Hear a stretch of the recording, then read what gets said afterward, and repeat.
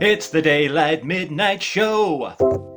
Hello and welcome to the Daylight Midnight Show. My name is Greg and I have to start with a confession this week. A couple of shows ago I broke one of the house rules, I think for the first time. Now I'm going to read it to you. Rule number 4, I think, is no editing. I will sit here, I will press record and I will go on for about 10 minutes. No cutaways, no re-recordings, no take twos. Whatever happens here is what you will see. So I have a little plan and I get on with it, and if I miss something out or if I stumble over some words or if I forget something, it's tough. We stick with what we've got. Until a few weeks ago when something happened literally in the first... That hasn't happened before.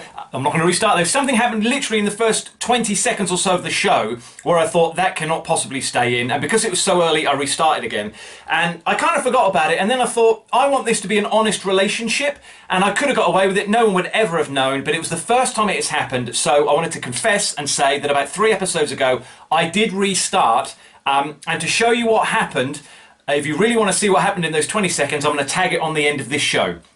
So when I say goodbye, you'll then get the black screen with my email address that I always do, just in case you want to get in contact with me. And then after that, you can see the false start that I had with the show a couple of weeks ago. That's a voicemail message being left. That can wait over 10 minutes. So let's have a rhyming couplet to start this show with then. Last week it was all about a league that's anti-ironing. This week's about Christmas. So I promise there's less whining. Felt like I went on a bit of a rant last week with the whole anti-ironing thing, and I'm glad we did it. I'm glad I got it off my chest and out of the way.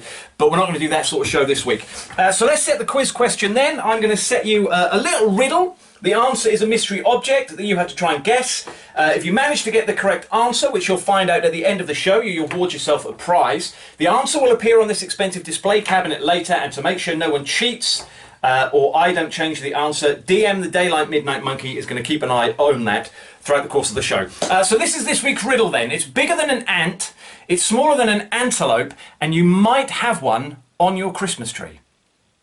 Bigger than an ant, smaller than an antelope, and you might have one on your Christmas tree. And don't forget, because the words ant and antelope start with the letter A, it means the answer also starts with the letter A. There's an extra clue for you. Look at me getting ahead of myself with being efficient with time. So I've picked up this to do the theme song for the Cartoonimator, which is next and now has its own theme song.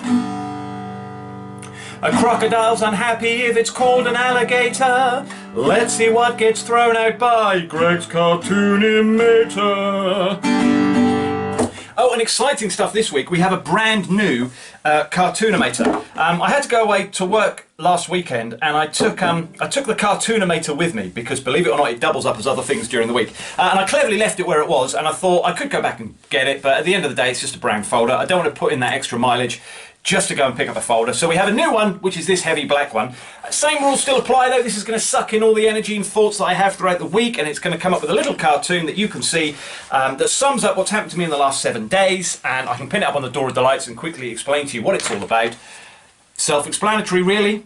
Christmas tree. We are into that season now, ladies and gentlemen, and despite not feeling very festive at all at the start of the month, which is very unusual for me, I did put our Christmas tree up on Monday. It doesn't look like this, but it is now sparkling away nicely in the centre of the room, and I'm feeling all Christmassy once again. And while I was doing that, I found something in our decorations box that I wanted to share with you. Now, I may have shown you this before. I'm not sure, because I know I've done a couple of Christmas shows before.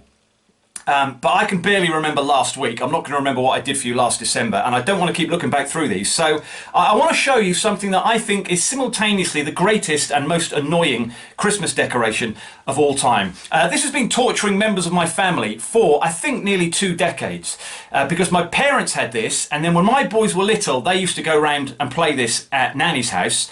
And then they gave it to us, and we've had it for years, and the boys hate it now because they're older, but I still keep bringing it out every year, and it still works. So it's a little snow globe with a Santa in. And what it does basically is it plays a version of Jingle Bells when you press a button, and the snow in the globe gets rattled around quite noisily. The genius thing about this is, there's a nice little amount of time where it's playing Jingle Bells that works and makes you feel very festive and happy. But they don't stop it at that point. They throw in another routine of the whole Jingle Bells thing, by which time you want to smash someone over the head with it. Normally me, because I can put up with it, but everybody else hates it. So I'm going to play it for you, and you might enjoy it. If you don't, just skip through it. It'll last about 30 seconds. But this is what's been torturing members of my family for the past 20 years or so.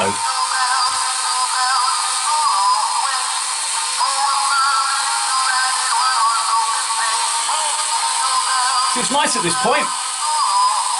couple of versions of Jingle Bells, good for the children. But then it goes round again.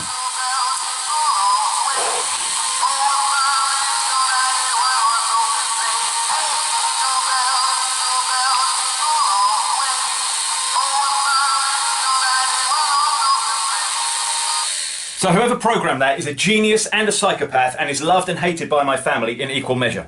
Continuing the Christmas theme, something I wanted to share with you. Given this a bit of thought this week, I was going to do like a Great 8 list about Christmas, and then I couldn't decide what it would be about, so I decided to do a Great 8 of Great 8s. So 8 separate lists, all with a Christmas topic, where I would list my top 8, like songs and foods and films, all that kind of thing, traditions, decorations, colours, days of the month of December. I started planning all that, and then I sort of realised that with some of those categories that I'd chosen, there weren't really 8 to fill it, and I didn't want to force anything in that I didn't feel passionate about. So I've decided to go for a descending list of lists. So the first one you're going to hear has a Christmas topic, and there are 8 entries. The next one will be 7. The next, it's almost like an advent calendar counting down from 8 to 1. It might stir a bit of interest in you. I've had fun putting it together. If you've got your own thoughts, maybe it'll make you think about those and stir up some memories for you. But we're in December now. I'm fully into Christmas, so let's give it a go. 8 topics, 36 answers in total, starting with number 8 all the way down to number 1. Here we go. The number 8. 8 new names for Santa's reindeer that I think would be really cool. Fury, Icarus, Cuthbert, Bummer, Jazz, Zappy, Ralph, Mephistopheles, Pusher. Wasn't that 9? 7. 7 things I eat or drink at Christmas that I don't touch for the rest of the year because I like to keep them special for Christmas time. Shortbread, cashews, chestnuts, licorice tea, Christmas pudding, stuffing and mayonnaise sandwiches, ginger ale. The number 6. 6 films that I love to watch at Christmas time, either because they're Christmas themed or because they contain snow, or maybe I just watched them at Christmas for the first time so they stir a few memories for me. Muppets Christmas Carol, best version of a Christmas Carol there is. Murder on the Orient Express, that's the 1970s version, not the more recent Kenneth Branagh one. Gremlins, It's a Wonderful Life, Arthur Christmas, Miracle on 34th Street. Preferably the original black and white one, although the Richard Attenborough one is also a fine festive film. The number 5. 5 Christmas songs that I would happily never hear again because I had to play them every day, every December in radio for about 10 years when I was working on the radio. Wham, Band-Aid, The Waitresses, Mariah Carey, Anything by any X Factor winner. I know that last one is a bit of a cheat, so let's move on quickly. The number 4. 4 traditions that we had growing up that I've carried on with my own family. Having the tree up before the 10th of December, filling the house with the smell of a cooking ham on Christmas Eve, getting a satsuma in your Christmas stocking, everyone having their own separate pile of presents, rather than one big lot. Number 3, 3 things that are especially great this December compared to the previous ones, no restrictions, no variants, and it's got a World Cup. 2 things that these days I like to have happen on Christmas Day, an afternoon walk, an evening family Zoom call, new tradition for everybody. And finally, 1 present that I really wish for this year, peace and goodwill between all. No, I'm kidding, I want a drum kit. So let's do outfit roulette then. Every time makeup comes up on outfit roulette, I say I must go out and buy some new makeup. I said it again last week and forgot, so you've got sort of the same old colours, I'm afraid. But there we go, I've done my best, and I quite like this lipstick that I found. So the next question is, how can we do the randomness of the Rubik's Cube when looking around I've just realised I can't find the Rubik's Cube. It was under the chair all along. Here we go. So we roll this in the air, I don't look at what colour it comes up, and then we correspond this to the motherboard on the door, and it determines what I'm going to wear for the show next time. So that is red. And red is a vest. Please tell me there's going to be something over the top of that. I don't want to sit here just in a vest. So I'll be wearing a vest plus whatever is in column yellow, which is my golf jacket. Okay. And to accessorise all that from the 3rd and final column, we will have red again. And red will be sunglasses. So vest, golf jacket and sunglasses. Haven't had that combination before, so that's okay to do. Let's clear up this thing. Thank you to DM, the Daylight Midnight Monkey. We need to get you a Santa hat, I think. Or next time makeup comes up, we'll put makeup on you as well. How about that? Get some blusher and lipstick on you. This was the puzzle, the riddle I set you. It's bigger than an ant, it's smaller than an antelope, and you might have one on your Christmas tree. Well done to you if you worked out that this week the mystery object was an angel. I'll see you next week. Have a great 7 days. Hello and welcome to the Daylight Midnight Show. Right.